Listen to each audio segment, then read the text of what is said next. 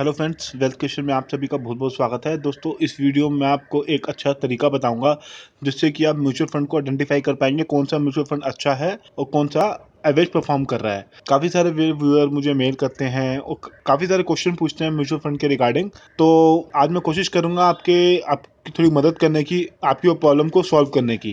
क्योंकि आज की डेट में 5,000 से ज़्यादा म्यूचुअल फंड लिस्टेड हैं, तो काफ़ी कंफ्यूजन हो जाता है कि इन्वेस्टर को कि हम कौन सा म्यूचुअल फंड लें और कौन सा ना लें। तो किस हिसाब से हम एक दूसरे को कंपेयर करें, तो उसको एक दूसरे से कंपेयर करें तो उसका पैरामीटर्स क्या हो। क्योंकि एक इन्वेस्टर्स का क्या होता है कि वो अपनी मेहनत का पैसा लगाता है, वो पहले श्योर होना चाहता है कि ये मुझे फ्यूचर में भी अच्छा परफॉर्म करेगा।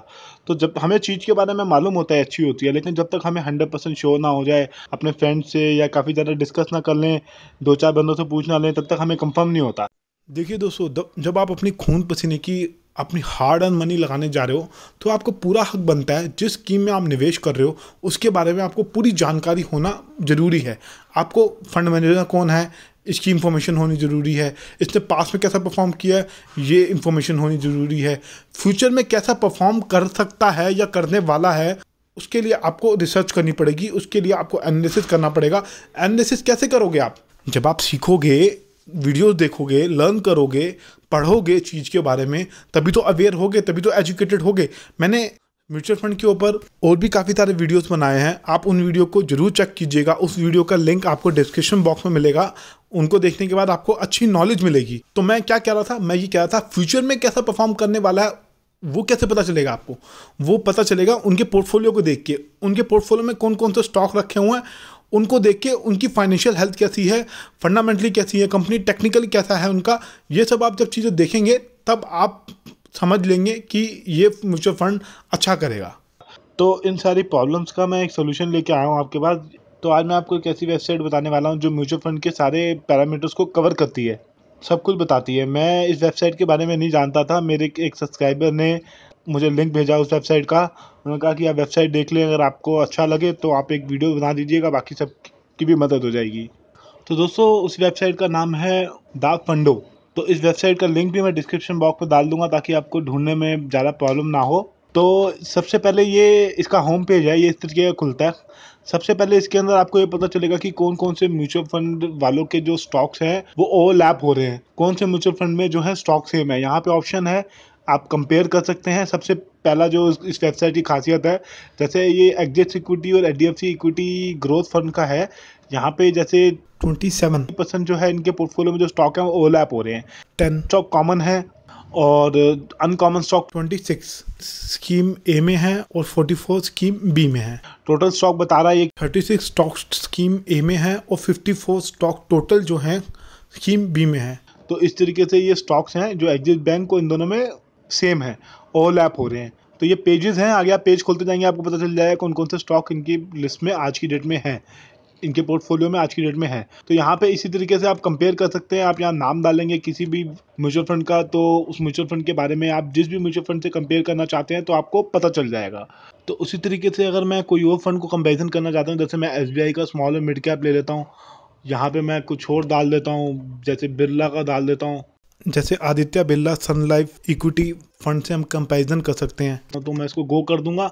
अब ये मुझे डाटा 1 मिनट में चुटकी बजा के दे देगा। अब ये बता रहा है 4% जो है ओवरलैप हो रहे हैं, बाकी सारे स्टॉक अलग हैं। कॉमन स्टॉक 3 हैं टोटल, पहले बता रहा है कितने कितने हैं किसके, उसमें नंबर ऑफ स्टॉक कितने हैं, उसके बाद यहाँ पे बता रहा है कौन कौन से कितने कितने लिए हुए हैं। तो इस तरीके से आप कंपैरिजन कर सकते हैं। ये तो मैंने ऐसे ही रैंडमली कोई नाम ले लिया। अब यहाँ पे मेरे एक किसी व्यूअर ने मुझे कमेंट करके बोला था कि ये जो स्टॉक्स म्यूचुअल फंड वालों ने इन्वेस्ट कर रखा है जिन स्टॉक में, कल को ये इन स्टॉक में बेच के निकल जाए। उन्होंने कहा था कि अगर हम इन स्टॉक में निवेश करें इस डाटा को देखने के बाद, और पता चले हमने निवेश किया और कुछ टाइम के अंदर ही वो अपना ये स्टॉक को बेच के प्रॉफिट बुकिंग करके निकल गए और हम उस स्टॉक में बैठे रहे। ये बहुत अच्छा क्वेश्चन उन्होंने पूछा। इस क्वेश्चन का एक ही आंसर है कि तभी जो है ज़्यादातर इन्वेस्टर म्यूचुअल फंड में इन्वेस्ट करते हैं। म्यूचुअल फंड में क्यों इन्वेस्ट करते हैं? क्योंकि वो प्रोफेशनल के द्वारा हैंडल किया जाता है। वो दिन रात काम यही करते हैं, उनका काम ही यही है। वो यही देखते हैं कौन सा स्टॉक अच्छा परफॉर्म कर सकता है, कौन से सेक्टर में आगे रैली आ सकती है, कौन सा स्टॉक आज की डेट में फंडामेंटली स्ट्रांग है या नहीं है। अगर आपके इतना टाइम नहीं है तो आप म्यूचुअल फंड में इन्वेस्ट कीजिए। अगर आप स्टडी कर सकते हैं तो अच्छी बात है, आप डायरेक्ट इक्विटी में इन्वेस्ट कीजिए। तो इस डाटा से आपको एटलीस्ट ये इतना पता चलेगा कि कौन से स्टॉक में उन्होंने अच्छा इन्वेस्ट किया हुआ है। तो कल को फंडामेंटल उसके चेंज हो गए या कुछ भी प्रॉब्लम हो गई कंपनी के मैनेजमेंट के अंदर, वो ये 1 मिनट में निकल जाएंगे। लेकिन अगर आप एक्सपर्ट नहीं हैं तो फिर आपको वो प्रॉब्लम फेस करनी पड़ सकती है। तो इसके लिए आप अपने फाइनेंशियल प्लानर की मदद ले सकते हैं। इसका तो यही जवाब है। बाकी जो रेगुलर स्टडी करता है, जो स्टॉक मार्केट के टच में है, जो हर न्यूज़ को ट्रैक करता है, उसको वो इन सब बातों को बहुत अच्छे से जानता है। उसको म्यूचुअल फंड होल्डिंग देखने की भी जरूरत नहीं होती। वो ऐसे ही स्टॉक का फंडामेंटल देख के बता देता है कि आगे बढ़ेगा नहीं बढ़ेगा, या ये स्टॉक कैसा परफॉर्म कर सकता है। तो इस क्वेश्चन का यही आंसर है मेरे पास आपका। अब कुछ इन्वेस्टर क्या करते हैं कि म्यूचुअल फंड वालों को पोर्टफोलियो को एनालाइज करते हैं, उसके बाद जो उनके पोर्टफोलियो में जो स्टॉक होते हैं जिस प्रोपोर्शन में होते हैं उसी प्रोपोर्शन में वो अपने पोर्टफोलियो में भी वो स्टॉक रख लेते हैं, मतलब उसी हिसाब से अपना पोर्टफोलियो भी बना लेते हैं। तो दोस्तों मैं आपको बताना चाहता हूँ, मान लीजिए कोई फॉलिंग नाइफ बनता है, मतलब कोई स्टॉक बहुत ज़्यादा क्रैश करता है, किसी स्टॉक के फंडामेंटल चेंज हो जाते हैं, मैनेजमेंट इशू हो जाता है, मतलब एफआईआई का उस स्टॉक में इंटरेस्ट खत्म हो जाता है, वो स्टॉक को बेचने लगते हैं, वो स्टॉक क्रैश करने लगता है। तो म्यूचुअल फंड वालों ने जो पोर्टफोलियो बनाया हुआ कुछ सोच समझ के बनाया हुआ ना, फंड मैनेजर ने इतनी मेहनत की है, दिन रात एक करते हैं, वो ग्रुप डिस्कशन होता है, टीम वर्क होता है, मतलब बड़े बड़े एक्सपर्ट बैठे हैं, हाईली एजुकेटेड पीपल हायर करते हैं म्यूचुअल फंड हाउस वाले, जिनको बहुत अच्छी नॉलेज होती है, जो एक्सपीरियंस होता है स्टॉक मार्केट का और फाइनेंशियल फील्ड का। तो वो लोग यहाँ पे कामकाज कर रहे हैं, दिन रात मेहनत कर रहे हैं। हमारा जो हम पैसे देते हैं म्यूचुअल फंड वालों को, म्यूचुअल फंड हाउस को, वो करोड़ों रुपया मैनेज कर रहे हैं। तो दिन रात मेहनत कर रहे हैं, तो उन्होंने पोर्टफोलियो बनाया तो कुछ सोच समझ के बनाया, मतलब हवा में कोई स्टॉक नहीं ले लिया, उसकी ग्राउंड लेवल पे बहुत डीप एनालिसिस किया है, तब जाके उसको लिया है। अब मैं यहाँ क्या कहना चाहता हूँ आपको, मैं आपके सवालों के सारे सवालों के जवाब दूंगा। मेरे चैनल के काफ़ी सारे दर्शक ने सवाल किया था मेरे से, अब आपके सवालों का मैं जवाब इस वीडियो में दे दूंगा। तो अगर आपने वो सारे स्टॉक अपने पोर्टफोलियो में रख लिया, आप कहते हैं कि म्यूचुअल फंड में इन्वेस्ट करने से अच्छा हम खुद ही मतलब उस टाइप के स्टॉक जो म्यूचुअल फंड वाले रखे हुए हैं वो अपने पोर्टफोलियो में रख लेते हैं, तो उनके मन में डर रहता है कि कहीं ये स्टॉक वो बेच के निकल गए तो हम क्या करेंगे, या फिर अगर वो फॉलिंग नाइफ बन गया तो हम क्या करेंगे, या वो स्टॉक क्रैश कर गया तो हम क्या करेंगे। तो दोस्तों उन्होंने पोर्टफोलियो बनाया है, अगर मान लो 30 40 25 30 स्टॉक का पोर्टफोलियो है, तो उसमें 5 6 7 8 ही तो वो सेल करके बेचेंगे, सारा पोर्टफोलियो तो ना सेल कर देंगे। ज़्यादातर मैंने देखा है कि म्यूचुअल फंड वाले जो पोर्टफोलियो बनाते हैं वो लॉन्ग टर्म के लिए पोर्टफोलियो बनाते हैं, वो हाईली क्वालिटी के बिजनेस अपने पोर्टफोलियो में रखते हैं। कई बार उनसे भी गलती हो जाती है, कोई स्टॉक ऐसा भी होता है जो आउट परफॉर्म करता है, अच्छा परफॉर्म नहीं करता।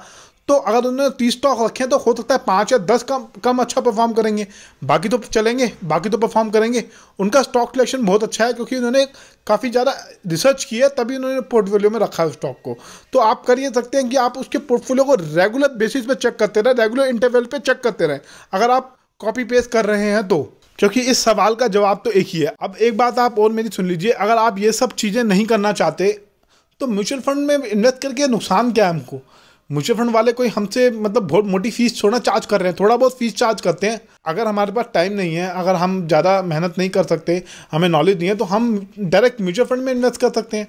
हम म्यूचुअल फंड हाउस को पैसे दे सकते हैं अपने, वो हमारे बिहाफ पे इन्वेस्ट करेंगे और अच्छा रिटर्न निकाल के देंगे मार्केट के अंदर। मेरे चैनल के दर्शक ने पूछा था, ये उसके सवाल का मैं जवाब दे रहा हूँ। तो आप एक काम कर सकते हैं, थोड़ा पैसा म्यूचुअल फंड वाले को दे दीजिए, थोड़ा खुद से लगाना शुरू कीजिए। अगर आप अच्छा करने लगें, आपके सिलेक्टेड स्टॉक जिनमें पैसा लगाया वो रिटर्न देने लगे, जब आप एजुकेटेड हो जाएं, समझदार हो जाएं, मैच्योर हो जाएं, मार्केट के हर पहलू को आप समझने लगें, तो आप यहाँ पे खुद से भी इन्वेस्ट कर सकते हैं। लेकिन शुरू में मुझे लगता है आपकी अप्रोच म्यूचुअल फंड के थ्रू ही होनी चाहिए। आइए अब वीडियो को कंटिन्यू करते हैं। इस वेबसाइट की खासियत आपको मैं बताता हूँ। उसके बाद यहाँ पे आप कंपेयर्स में आएंगे तो काफ़ी सारे आपको ऑप्शन मिलेंगे, आप कंपेयर कर सकते हैं।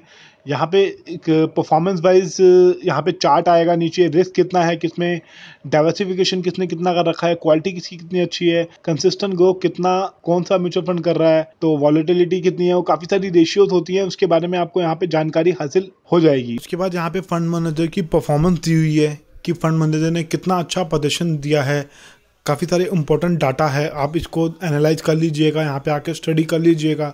यहाँ पे ये भी इंफॉर्मेशन दी गई है कि मंथली परफॉर्मेंस कैसी रही है फंड की, आप किसी भी फंड से कंपैरिजन कर सकते हैं। यहाँ मैंने रैंडमली कोई ले लिया, आप कंपैरिजन कर सकते हैं कि किसका परफॉर्मेंस अच्छा है, वॉलेटिलिटी किसमें ज़्यादा है, इसकी भी इंफॉर्मेशन आपको मिलेगी यहाँ पे। उसके बाद फंड मैनेजर की स्किल्स के बारे में इंफॉर्मेशन दी गई है, आप पढ़ लीजिएगा, काफ़ी अच्छी इन्फॉर्मेशन है यहाँ पे। उसके बाद यहाँ पे नीचे होल्डिंग दी गई है कि किस हिसाब से इन्होंने निवेश किया हुआ है, किस हिसाब से डाइवर्सिफाइड किया हुआ है पोर्टफोलियो को, कौन से क्षेत्र में कितना पैसा लगाया हुआ है, फाइनेंस में कितना है, एफएमसीजी में कितना है, आईटी में कितना है, फार्मा में कितना है। तो इस तरीके से डाइवर्सिफिकेशन के हिसाब से कर रखा है।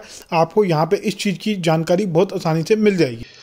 उसके बाद जो मेन अच्छी चीज़ इसकी है, जब आप इस टूल्स को क्लिक करेंगे, टूल्स वाले कॉलम को, तो यहाँ पे काफ़ी सारे ऑप्शन हैं। आप रिटर्न कंपैरिजन कर सकते हैं। जैसे मैंने फंड मैनेजर डिटेल्स को क्लिक किया है, तो फंड मैनेजर डिटेल्स के अंदर आप कंपैरिजन कर सकते हैं कौन से फंड मैनेजर की कितनी अच्छी परफॉर्मेंस रही।